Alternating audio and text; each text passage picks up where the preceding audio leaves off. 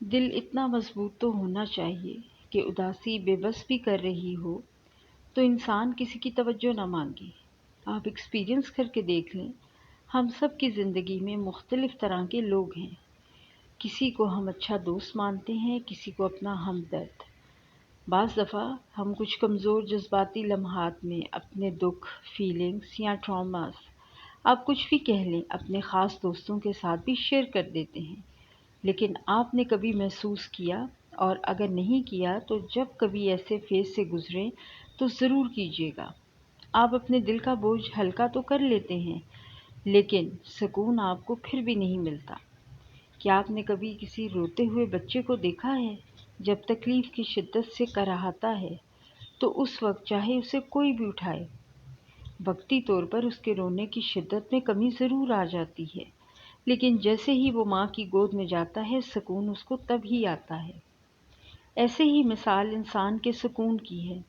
ڈھارس کے الفاظ آپ کے لیے وقتی راحت کا باعث ضرور بنتے ہیں، لیکن سکون، جی ہاں، سکون آپ کو تبھی آتا ہے جب آپ اپنے رب کو دکھ میں پکارتے ہیں، کیونکہ دوستوں سے تو بہت سی باتوں کا پردہ رکھا جاتا ہے، لیکن اللہ تعالیٰ وہ دل کا ساتھی ہے جس کے آگے آپ کو الفاظ کی ضرورت ہی نہیں، صرف آپ کے آنسو، آپ کا پکارنا ہی کافی ہے۔ زندگی کا ہر وہ لمحہ جو انسان کو بے سکون کر دیتا ہے، وہ رب کو ہی پکار کر سکون پاتا ہے۔ اللہ نے جب بندے کے اندر روح پھونکی تو کبھی سوچے کہ روح کو تو پہچان اسی خالق کی ہے، پھر وہ دنیاوی آسروں سے کیسے سکون پائے گی؟ انسان سختیاں برداشت کیے بغیر، غم سہے بغیر، تلخ زندگی کے تجربات سے گزرے بغیر کبھی بھی ایمان کی لذت نہیں چکھ سکتا، اور ان سب سے گزر کے ہی اپنے اصل خالق کو پاتا ہے۔ ہر شخص میں جسے آپ جانتے ہیں ایک ایسا شخص ہے جسے آپ نہیں جانتے، مت کہیے اسے آپ اپنے سے زیادہ جانتے ہیں۔ روحیں شہر ہیں اور دنیا سمندروں کی مانند، ان کی کچھ تہیں ایسی بھی ہیں جن پر سورج کبھی طلوع نہیں ہوا۔ خود کو لوگوں کے سامنے عرضہ مت کیجیے۔ میں بحیثیت انسان بالکل یہ سمجھتی ہوں، اور حقیقت بھی ہے کہ انسان بہت کمزور ہے، تو کیوں نہ ہم ان کمزور لمحات میں اپنے خالق حقیقی کو ہی اپنا آسرا بنائیں، اسی سے اپنے دکھ بانٹیں۔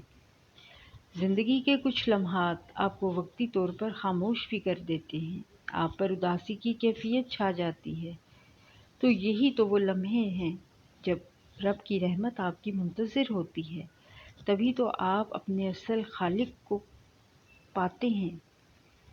آپ زندگی کے جس بھی مصائب سے گزر رہے ہوں، سارے راستے جاتے اسی کی طرف ہیں، ضرورت ان رستوں پر چلنے کی ہے۔ اپنی لائف کو مثبت بنانے کے لیے ضروری ہے کہ لائف میں پازیٹیو ایکٹیویٹیز کی جائیں، جیسے پازیٹیو لوگوں کے ساتھ سٹنگ کیجیے۔ یاد رکھیے، منفی باتیں کرنے والے لوگ کبھی بھی آپ کا کتھارسس نہیں کر سکتے، بلکہ وہ ہمیشہ ہی آپ کو خود ترسی کا شکار کرتے رہیں گے۔ آپ ایسے لوگوں کی کمپنی میں ہمیشہ خود کو مظلوم ہی سمجھیں گے۔ ہر انسان کے اندر اللہ تعالیٰ نے پازیٹیو نیگیٹو انرجی رکھی ہے۔ جب آپ پازیٹیو انرجی والے لوگوں کے ساتھ بیٹھتے ہیں تو ان کی پازیٹیو ریز سے آپ کی شخصیت میں بھی پازیٹیو چینج آتا ہے، اور آپ بہت سی پازیٹیو چیزیں سیکھتے ہیں۔ لوگوں کو خوش کرنے کا کبھی سوچیے گا مت، کیونکہ یہ مخلوق تو کبھی راضی ہونے والی نہیں ہے۔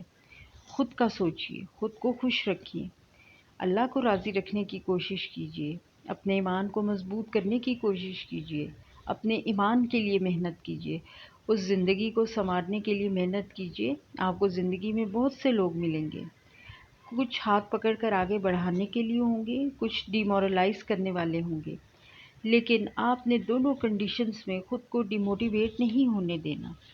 آپ نے آج خود کو اپنے پاس بٹھا کے خود سے پوچھنا ہے کہ سنو میرا ہم نام، کیا ہے تمہاری زندگی کی ویلیوز، اور کوئی ہیں بھی یا نہیں؟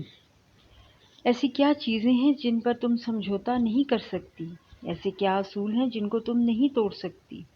اور اگر تم توڑو تو تمہارے دل کو سکون نہیں ملتا، اور تب تک چین نہیں آتا جب تک تم اس چیز کو واپس ٹھیک نہ کر لو۔ اگر آپ ایک ہائی ویلیو انسان اور پازیٹیو انسان بننا چاہتے ہیں تو آپ کو اپنی اقدار اور اپنے اصول بھی اونچے رکھنے ہوں گے۔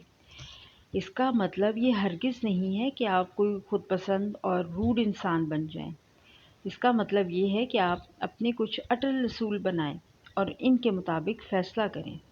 اپنے اندر سے نیگیٹو ویلیوز نکالیں گے تو خود بخود پازیٹیو ویلیوز آپ کا حصہ بنیں گی۔ یہ مت سوچیں کہ آج سے میں نے سچ بولنا ہے، یہ سوچیں کہ آج سے میں نے جھوٹ نہیں بولنا۔ یہ مت سوچیں کہ اپنے وعدے پورے کرنے ہیں، یہ طے کرنا ہے کہ ایسا وعدہ نہیں کرنا جو پورا نہ ہو سکے۔ یہ مت سوچیں کہ اب سے مجھے بہت صاف ستھرا رہنا ہے، یہ فیصلہ کرنا ہے کہ میں نے بدبودار اور میلا کچیلا نہیں رہنا۔ یہ نہ سوچیں کہ سب کا خیال رکھنا ہے، یہ عزم کریں کہ کسی کو مشکل میں تنہا نہیں چھوڑنا۔ یہ نہ سوچیں کہ سب کی عزت کرنی ہے، یہ طے کریں کہ کسی کی عزت نفس کو مجروح نہیں ہونے دینا۔ یہ مت سوچیں کہ بہت اچھا کام کرنا ہے، یہ ارادہ کریں کہ کسی بھی کام میں ڈنڈی نہیں مارنی اور جان نہیں چھڑانی۔ یہ مت سوچیں کہ مجھے قابل اعتبار کیسے بننا ہے، یہ طے کریں کہ کسی کا راز آگے نہیں دینا اور امانت میں خیانت نہیں کرنی۔ آپ نے اگر ہائی ویلیوز سیکھنی ہے تو پہلے اپنے اندر سے لو ویلیوز نکالنی ہوں گی۔ یہ ویلیو سسٹم ہوتا ہے جو میں ہمیشہ سے یہ سوچتی ہوں اور عمل بھی کرتی ہوں۔ جب تک آپ کی بنیاد اندر سے مضبوط نہیں ہوگی تب تک عمارت کبھی بھی پائیدار نہیں ہوگی۔ کسی بھی انسان کو ماپنے کا پیمانہ اس کی شکل، ہنر یا اس کے پاس موجود نعمتیں نہیں ہوتی۔ کسی انسان کو ماپنے کا پیمانہ ہے اس کا کردار، اس کی ایمانداری، اس کی دانائی، اس کی وفا، اس کی محبت، سچی دوستی، اور یہی ہے انسان کی میراث۔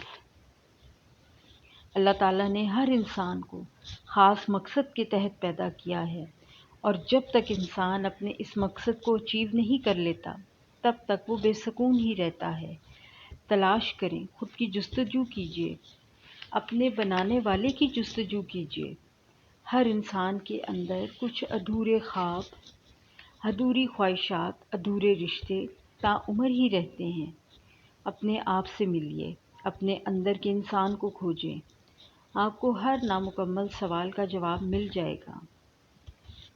خواب مکمل ہو جاتے ہیں کسی بھی بہتر صورت میں، خواہشات حاصل ہو جاتی ہیں بہترین صورت میں، رشتے مل جاتے ہیں انمول لوگوں میں، لیکن بس اپنے اندر کے انسان کو مرنے نہ دیجیے، اس کو خوش رہنا سکھائیں۔ اپنے خالق کو پانے کی جستجو کیجیے، جب اس کو پا لیں گے تو کوئی بھی خواہش ادھوری نہیں رہے گی۔ یہاں مجھے اللہ تعالیٰ کی کتاب کی ایک آیت یاد آ رہی ہے جو کہ سورہ فاطر میں سے ہے۔ فاطر کا مطلب ہے تخلیق کرنے والا، کسی چیز کا اوریجن بنانے والا، کریٹر۔ لفظ فطرت یہیں سے نکلا ہے، یعنی کسی انسان کا اصل، اس کی نیچر۔ فاطر ہے وہ رب جس نے ہماری نیچر بنائی ہے۔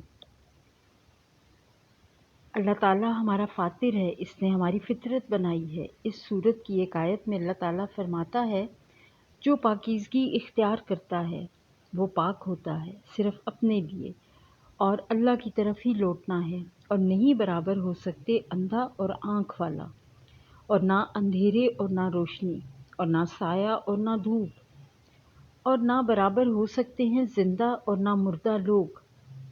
یقیناً اللہ سنا دیتا ہے جس کو وہ چاہتا ہے، اور تم نہیں سنا سکتے ان کو جو قبروں میں ہیں۔ یہ آیات میں آپ کو کیوں سنا رہی ہوں؟ کیونکہ اگر ہمیں اپنی ذات کو پہچاننا ہے تو اس فطرت کو پہچاننا ہوگا جس پر اللہ نے ہمیں بنایا ہے۔